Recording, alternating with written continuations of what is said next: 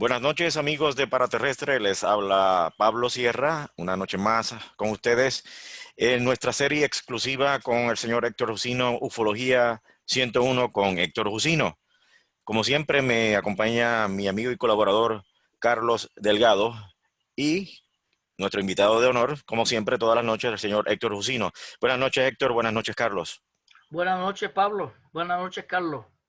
En esta noche vamos a seguir con la discusión que teníamos anterior para seguir con el tema de el proyecto Blue Book y también vamos a adentrarnos en el tema que va a ser de mucho interés para ustedes y estamos hablando del panel Robertson, que fue un panel fue erigido por la Fuerza Aérea en los años 50 y el señor Héctor Jusino va a traer información exclusiva que usted no la escuchará en ninguna parte.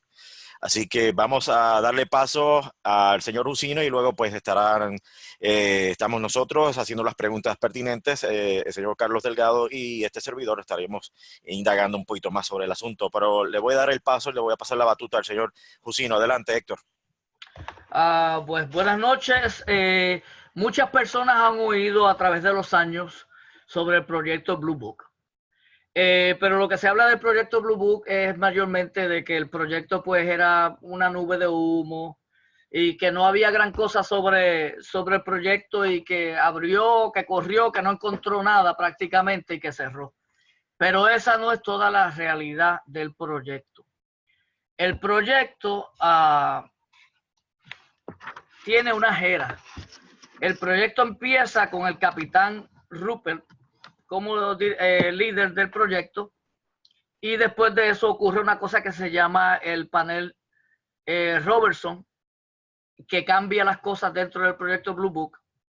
Y después de eso está el capitán Hardy, la era de él, la era del capitán Gregory, la era del mayor Friend, la era del mayor Quintanilla. Ocurre un congressional hearing, viene el comité Condon y se acaba el proyecto. Ahora, ¿qué es lo que pasa en estos tiempos? El capitán Rupert está considerado como que fue la última persona que trató y hizo un esfuerzo por hacer ciencia y hacer investigación seria sobre el fenómeno que estaba ocurriendo y que todavía tenemos ocurriendo en nuestros días relacionado con estas naves que no se podían identificar. Durante el tiempo de él se le puede dar crédito a que fue por primera vez que toda esta información que estaba llegando se computariza. Y para aquellos tiempos, pues las computadoras que se usaban eran las computadoras que tenían una tarjeta que le hacían unos rotitos. Esto es de los años 50. Y a través de esa computadora hicieron un estudio y se arrojaron unos números, pero una cosa importante que hay que decir de esos números, que los números no salieron como el liderato de la Fuerza Aérea quería que salieran. Los números estaban enseñando que habían un montón de objetos voladores no identificados. Pero eso lo amapuchan y lo que tratan de hacer es de que se use el proyecto de Blue Book como un proyecto de información pública y solamente le dan órdenes que solamente enseñen los casos que ellos han resuelto, los casos que ellos han identificado que era lo que estaba volando y que no hablen en ningún momento de los casos que no pueden resolver, de los casos que aparentemente podrían ser extraterrestres, porque empieza de nuevo un movimiento, una fuerza dentro de la Fuerza Aérea de decir que algunos de estos objetos voladores no identificados podrían ser extraterrestres. O sea, empieza la hipótesis de que ellos son extraterrestres. El nombre de Blue Book, muchas veces la gente piensa que tiene que ver con la Fuerza Aérea porque es el color de la Fuerza Aérea o porque estaba mirando al cielo porque era azul, pero la realidad es que el nombre se sacó de unos libritos que se daban en las universidades para tomar unos exámenes. Y de ahí es que sale el nombre de Blue Book en base a esos libritos. También hay que ver, bien importante, esto es una cosa bien importante, a la misma vez se crea un proyecto que se llama el branch de Aerial Phenomena o Aerial Phenomena Branch. O sea, el branch de fenómeno aéreo. Ese branch era el que estaba en realidad recibiendo los reportes serios, profundos e importantes. Blue Book lo que estaba era recibiendo los reportes suavecitos, los que se podían identificar, etcétera. Y dentro de esos reportes suavecitos, habían un montón que no se podían identificar, pero como dije antes, se les empezó a decir que no los reportaran esos casos, que reportaran los que se habían resuelto.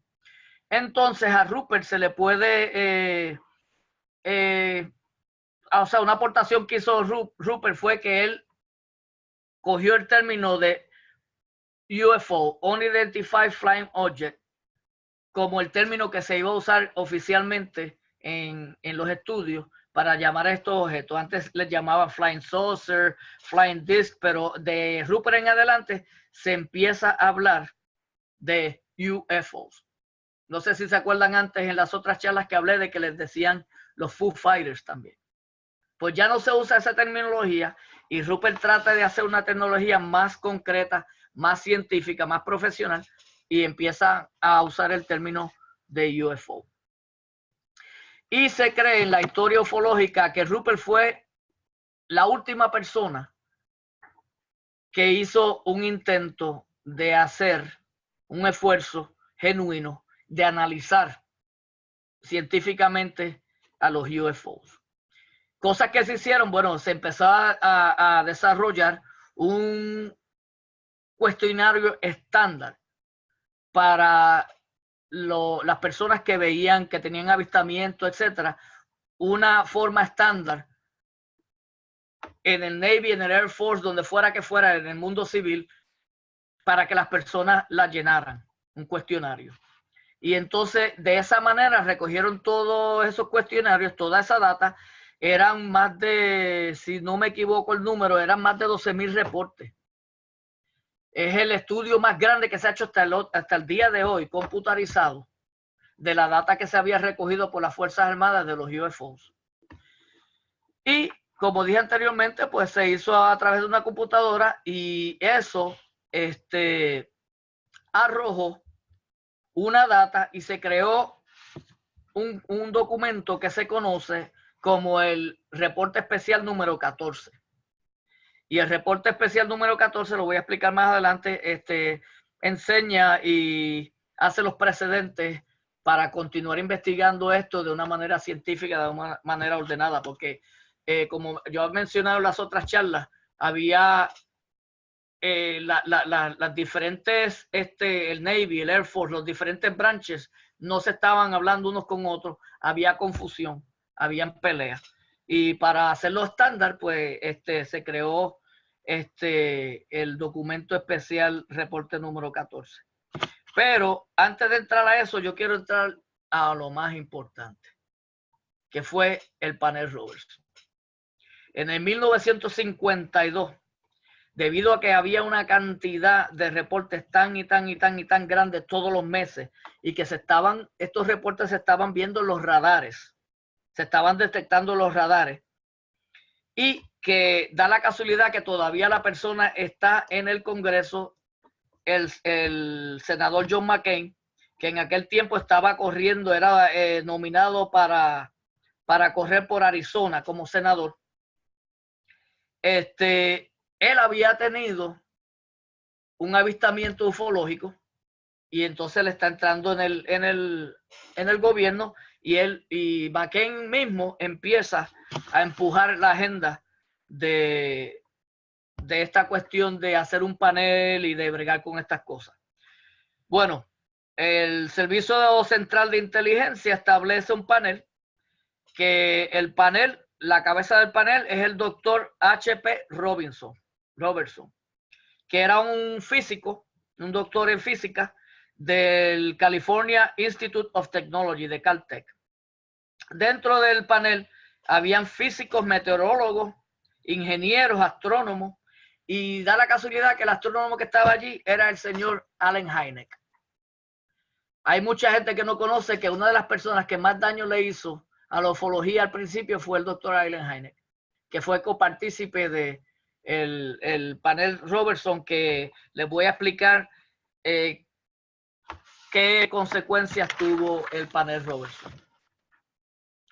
El panel Robertson lo que hace es sugerir que se haga debunking a todos estos avistamientos que se estaban reportando, que se le haga debunking. ¿Qué quiere decir debunking? Bueno, que se desmientan. Y se empieza una campaña de ridiculizar a todas las personas que estén reportando avistamientos, toda la persona que esté interesada en esta cuestión de los objetos voladores no identificados y de esta cuestión de extraterrestres, eso, pues burlarse de ellos y hacer un debunking de una manera que aparezca de que esto no es nada, que estos son alucinaciones de la gente, que son globos, que son malas interpretaciones de aviones que estaban utilizando en aquel tiempo como el U-2, etcétera, etcétera. Entonces, el gobierno empieza a usar, por ejemplo, el mass media, empieza a usar la televisión, empieza a usar las películas que se están viendo en el cine.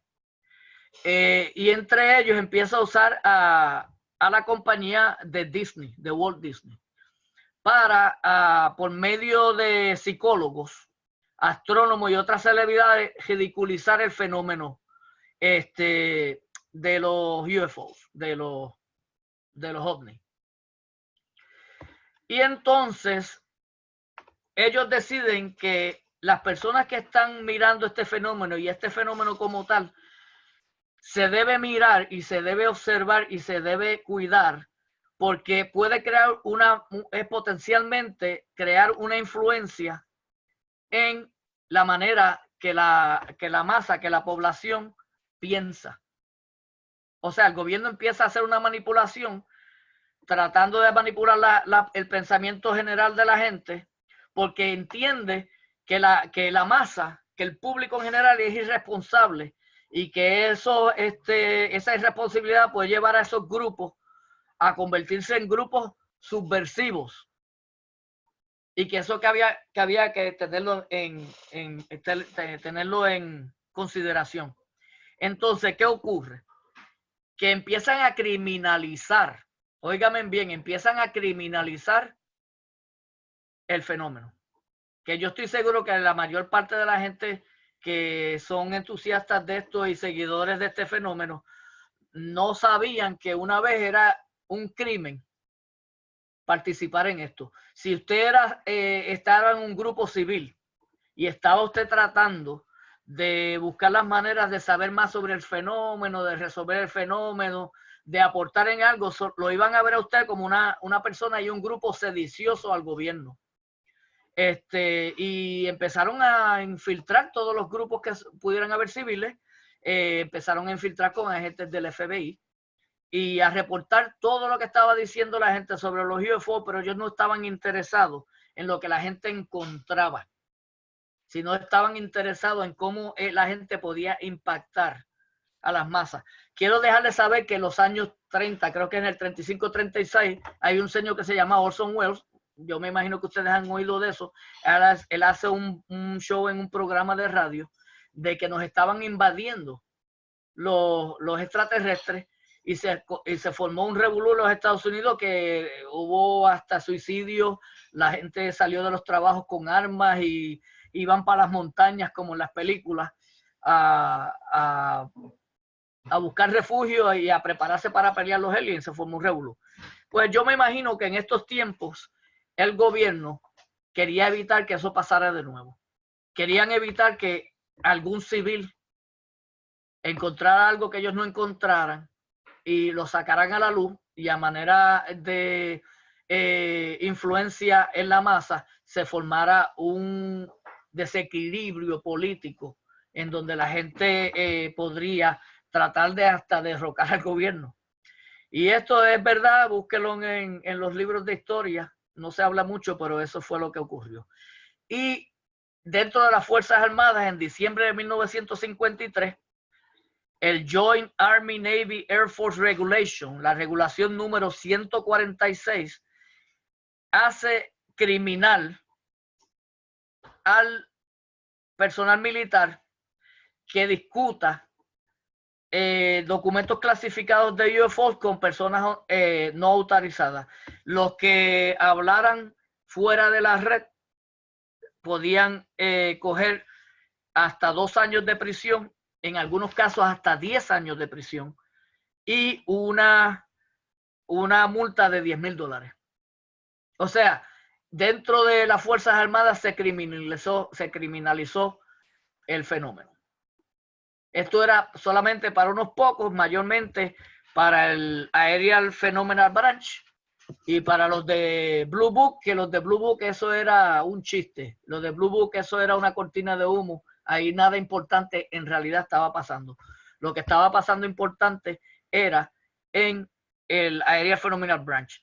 Entonces, esto lo que causa es que empieza a haber una represión. Empieza a haber una represión al público en general. A reprimirlo de que no hablaran y que no se interesaran en el fenómeno. Mucho de este trabajo que se hizo de el panel Robertson fue trabajo que se hizo en secreto. Y lo que hizo la Fuerza Aérea fue buscar personas que tuvieran apatía al fenómeno y que pensaran que el fenómeno era ridículo y que no le interesara, y lo pusieron a trabajar dentro del programa de Blue Book.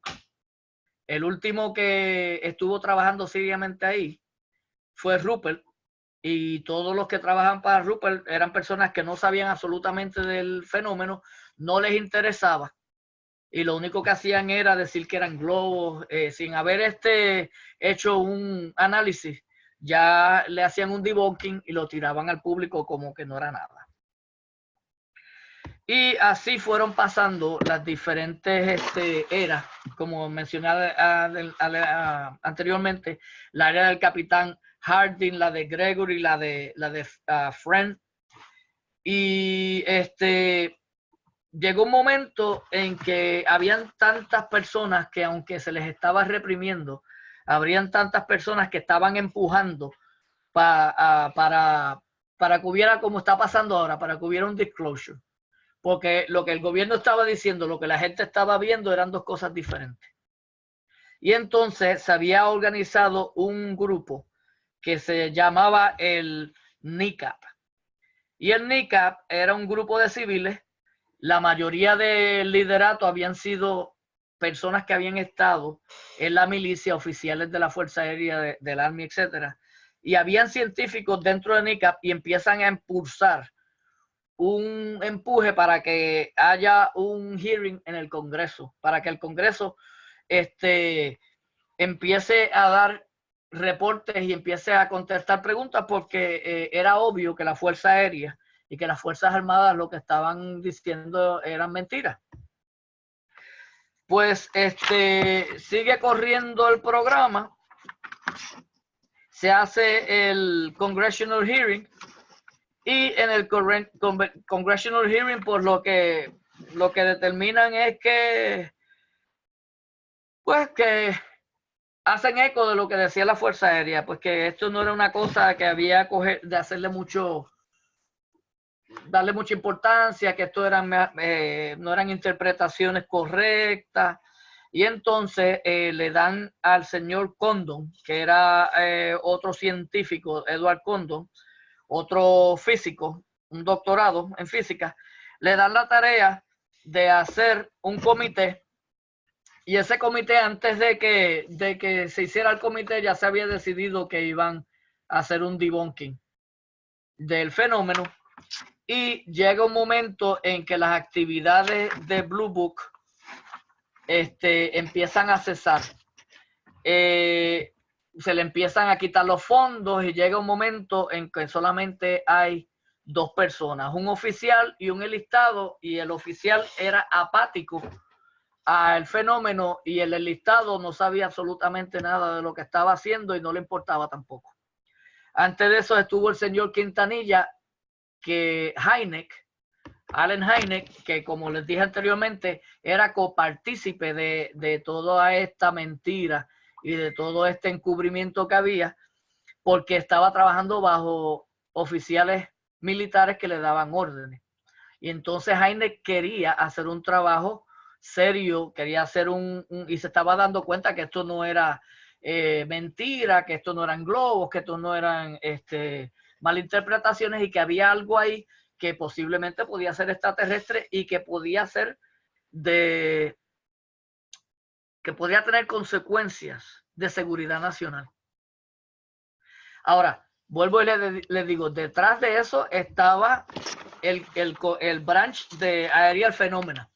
Esa gente, yo les aseguro que estaban cogiendo esto seriamente y que estaban considerando este fenómeno como algo de seguridad nacional, porque estaban pasando en la nación un montón de casos que tenían que ver con seguridad nacional, pero los estaban tapando porque lo único que se tiraba al público eran los de Blue Book y los que se habían resuelto, no los que no se habían resuelto. Entonces, Hynek fue uno de los que recomendó pues que debunking en el panel. Más tarde Hynek deja de trabajar con la Fuerza Aérea y cambia completamente su opinión y cambia completamente ante el público y empieza a decir que sí, que esto es un fenómeno serio, que tiene implicaciones de seguridad nacional, que lo más probable es extraterrestre, y funda una organización que se llamaba CUFOS, que todavía los récords de NICAP y CUFOS, que son 2 organizaciones que mayormente están muertas, pero todavía los files de todas las investigaciones y todo lo que pasó en aquellos tiempos están accesibles y las personas que quieren investigar pueden buscarlo y hacer investigaciones.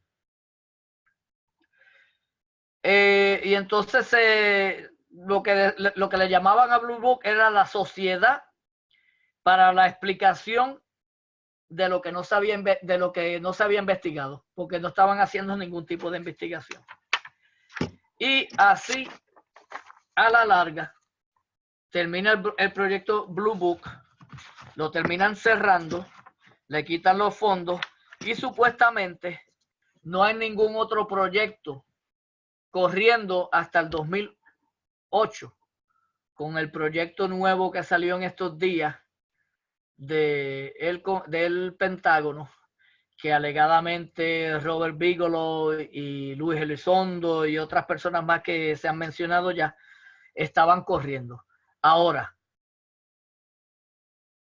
detrás de eso siempre ha habido un programa, siempre ha estado el Aerial Phenomenal Branch, y que ese programa nunca ha salido, hasta donde yo entiendo, nunca ha salido a la luz. No me queda más, eso es en vuelo de pájaro. Lo que vale la pena más o menos hablar sobre esto. Estoy mirando unas notas que tengo aquí a ver si se me queda algo. Lo único que no he hablado sobre en fondo sobre el proyecto del documento número 14, pero como dije anteriormente, el documento lo que hace es crear un sistema mejor de investigación dentro de las Fuerzas Armadas. Si hay algún comentario o algo que quieran añadir, nos quedan unos 10 minutos. Sí, rápido, Héctor, quería preguntarte, el panel Robertson, en tu opinión, ¿cuál ha sido las repercusiones de la intención de este panel hasta el día de hoy? ¿Llegó a cumplir su cometido, en tu opinión? El panel Robertson no solamente llegó a llevar su cometido, el panel Robertson volvió a individuos literalmente locos, como es el caso de Berkowitz, que fue un oficial de la Fuerza Aérea que se salió de la Fuerza Aérea y empezó a ver unas anomalidades en una base cerca de donde él trabajaba. Él tenía un taller que producía, él era un ingeniero electrónico, producía cosas electrónicas para la Fuerza Aérea. Empezó a ver unas cosas raras, las reportó al general, por allá le metieron a un agente del Servicio de Inteligencia de apellido Doty y le dieron chavos del NSA para que siguiera haciendo lo que estaba haciendo y le empezaron a meter un montón de embustes y a enseñarle esto, o sea, desinformación y a enseñarles cosas que eran verdaderas, que tenían que ver con el fenómeno y lo llevaron hasta un punto en que el hombre perdió la mente y murió dentro de un manicomio. Durante este tiempo hubo una represión bien grande y la voy a llevar a Puerto Rico y voy a mencionar tal vez a una persona sin su permiso, pero yo estoy seguro que esa persona pasó por esos años.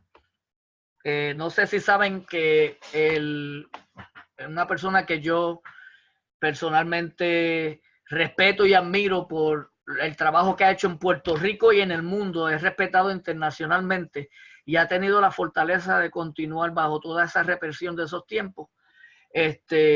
Fue el caso del compañero ufólogo muy respetado y querido por mucha gente, Jorge Martín.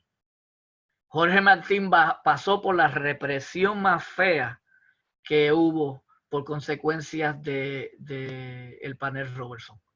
A Jorge Martín le pusieron un agente del FBI dentro de su organización. Jorge Martín era en estos tiempos miembro de MUFON y él era la cabeza de MUFON en Puerto Rico y le metieron un agente del FBI y el director de MUFON en aquel tiempo, que por alguna razón tenía un secret clearance del gobierno federal, pero nunca había trabajado para el gobierno federal ni había estado en las Fuerzas Armadas, le cortó la cabeza a Jorge Martín y puso a ese señor a correr el show. Y yo no quiero dar muchos detalles de eso porque me gustaría que el señor Jorge Martín dé los detalles de eso. Yo no tengo toda la información correcta y no quiero decir cosas que están incorrectas, pero sí sé que en esos años hubo infiltración y se les trataba a esas personas como si fueran personas peligrosas para el gobierno. Y yo era bien joven para aquel tiempo. Jorge, yo tengo 60 años, pero Jorge es más viejo que yo. Pero yo me acuerdo la represión que había en Puerto Rico y la desinformación que corría en Puerto Rico y la ridiculización que se creó en Puerto Rico del tema, que dura hasta el día de hoy y estamos en el 2018. Ya aquí en los Estados Unidos, acá en el continente, ya eso se acabó. Ya eso está muerto prácticamente. Ya el panel Robertson casi no tiene efecto. La gente habla libremente de eso. Sí, se siguen involucrando y se siguen infiltrando los grupos que tú hagas para investigar esto, porque tienen miedo de que tú metas la nariz en proyectos de las Fuerzas Armadas que tú no tienes que meter la nariz. Proyectos top secret, oscuros, y no quieren que tú hagas una cosa como esa y infiltran a los grupos. Pero la represión que había en esos años, después del panel Robertson, estamos hablando los años 50, los años 60, los años 70 y hasta parte de los 80, ya eso se está perdiendo. Para esos tiempos, por ejemplo, las películas que salían en Hollywood eran siempre de invasiones en donde rompían y deshacían a los Estados Unidos y los Estados Unidos salía a flote ganando al final. De un momento para otro, las películas empezaron a salir en Hollywood de que los aliens eran bien chéveres. Salió el E.T. Phone Home, que era bien cariñoso, era bueno, y todos los de un momento para otro, todos los aliens eran buenos y nice. Tratando de cambiarle la conciencia a esto se acabó, ¿no? Se acabó el tiempo. Oh, no, salió un retrato, ok. Perdóneme. Tratando de manipular la conciencia en masa. Y entonces hay que traer aquí también una cosa que está pasando ahora mismo. La mayoría de los ufólogos están pensando que es posible que durante el tiempo de Elizondo ahora, que vuelva a ocurrir lo que ocurrió en los años 30, de que hubo una invasión de mentirita, una invasión donde los Estados Unidos gane. Esto se origina con el señor Von Braun, que hablé anteriormente, que llega a los Estados Unidos, es un nazi, llega a los Estados Unidos por el programa Paperclip y nos ayuda a llegar a la luna. Von Braun murió de cáncer y antes de morir de cáncer le dijo a un asistente de él, la señora Carol Rosin, que se mantuviera con los ojos abiertos y los oídos abiertos, porque en el futuro los Estados Unidos iban a desarrollar unas armas que las iba a poner fuera de la estratosfera, y que iba a simular un ataque de extraterrestres al planeta, en donde los Estados Unidos iba a ganar, para hacer sentir a la población norteamericana y a la población del mundo más segura, y que no se sintiera que había un agente fuera del planeta que podía dominarnos, que podía vencer a los Estados Unidos, etcétera, etcétera. Eso es una especulación, que lo quiero hacer bien claro, que es una especulación, pero que muchos de los ufólogos del mundo están especulando de que eso pueda pasar en los próximos años. Sabemos, como he dicho anteriormente, que se está hablando de la creación del sexto ejército.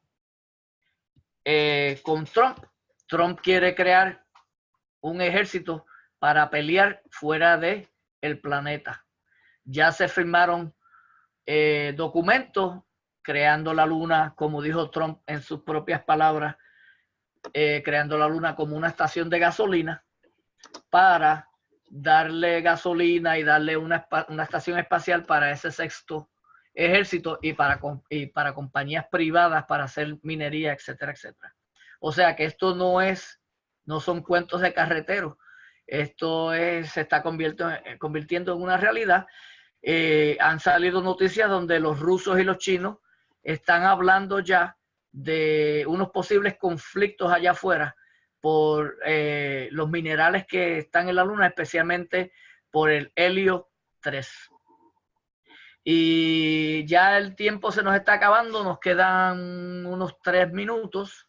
Si quieren añadir algo, comentar algo. Sí, tengo una pregunta, Héctor. Estabas mencionando lo que son los objetivos principales del panel Robertson, todas sus tácticas, sus manejos, cómo ellos tenían en parte objetivos de ridiculizar y mofarse del tema, ¿verdad? Como una cortina de humo. La posición de Allen Hynek, ese cambio de mentalidad de momento, ¿qué nos hace pensar que realmente hubo un cambio de pensamiento y no quizás un cambio de estrategia para seguir entonces encubriendo el fenómeno? Bueno, hasta donde se ha encontrado en la historia de Hynek, historiadores que han hecho biografía de Hynek y documentos y anécdotas, Hynek se pasaba peleando con ellos ahí adentro porque Hynek no quería. Hynek al principio pensaba que esto era ridículo. Pero después, al estar viendo los reportes y viendo que las fuerzas aéreas los estaban tapando, y él tratando de hacer análisis y la Fuerza Aérea no lo dejaba, él tuvo un montón de peleas con todos los oficiales que trabajaban con él en todas las eras, porque Hynek es el único que desde el primer día de Blue Book hasta el último día de Blue Book fue el único que estuvo en todas las eras, en todos bajo todo el comando de todas estas personas que yo mencioné anteriormente. Hynek trabajó con todos ellos, y con el único que él no peleó fue con Rupert. De ahí para abajo, con todos los que él trabajó, peleó. Y exclusivamente con Quintanilla y con los últimos 2 que se quedaron antes de cerrar el proyecto. Con esos 2 hay unas anécdotas de que él tuvo unas peleas bien grandes, bien fuertes con el sargento, el último sargento que estuvo a cargo de Blue Book, porque al sargento no le interesaba absolutamente nada de lo que estaba haciendo, no analizaba y estaba de marioneta, y Hynek peleaba mucho con él. Pues Hynek, yo creo que bien temprano se dio cuenta que esto era real y que esto era importante, y hasta que no salió de la Fuerza Aérea no tuvo la oportunidad de expresarse y expresar de este fenómeno de la manera que era correcta, pero ya era hasta cierto punto un poco tarde. ¿De qué se componía el panel Robertson? ¿Quiénes eran los que estaban integrándolo? Sí, yo mencioné anteriormente pues que se compuso de unos científicos, entre ellos Heineck, que Heineck era un astrónomo.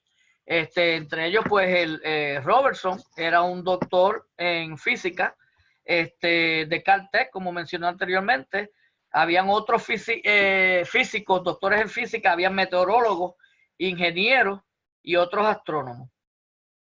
Y mayormente esas fueron las personas que, ¿sabes? El equipo principal eran científicos. Las influencias eran influencias de oficiales de dentro de la Fuerza Aérea que querían tapar el fenómeno y deshacerse del fenómeno y tratar de que la gente se olvidara del fenómeno, haciéndole debunking y ridiculización. Y esas eran las órdenes que se le dieron a esos científicos. Y ellos pues trabajaban para el ejército y para las Fuerzas Armadas y no tenían más ningún remedio que decir lo que le dijeran que dijeran. O sea, va a ser lo que se le decía. Bueno, amigos, ya hemos llegado al final de nuestra sesión número 6 de Ufología 101 con el señor Héctor Jusino. Así que muy interesante la información que nos ha traído el señor Jusino sobre el proyecto Blue Book y el panel Robertson. Estoy seguro que muchos de ustedes a lo mejor ni siquiera sabían de muchos de los detalles que el señor Héctor Jusino nos ha traído en esta noche. Así que una vez más le doy las gracias por sintonizarnos y escucharnos en esta versión de esta noche de Ufología 101 con el señor Héctor Jusino. Gracias a mi amigo y colaborador Carlos Delgado y nuevamente a nuestro amigo también y colaborador Héctor Jusino. Quiero recordarle a nuestra audiencia que suscríbanse al canal de YouTube Paraterrestre, y una vez se suscriban le dan clic a la campanita para que cada vez que surja un video nuevo pues le notifique, le llegue inmediatamente ese aviso. Sin más, nos despedimos en esta noche recordándoles que también nos pueden encontrar en las redes sociales, en Facebook y en Twitter, Paraterrestre, y nuestro blog paraterrestre.org. Buenas noches, amigos, y que la pasen muy bien. Hasta la próxima. Buenas noches. Buenas noches.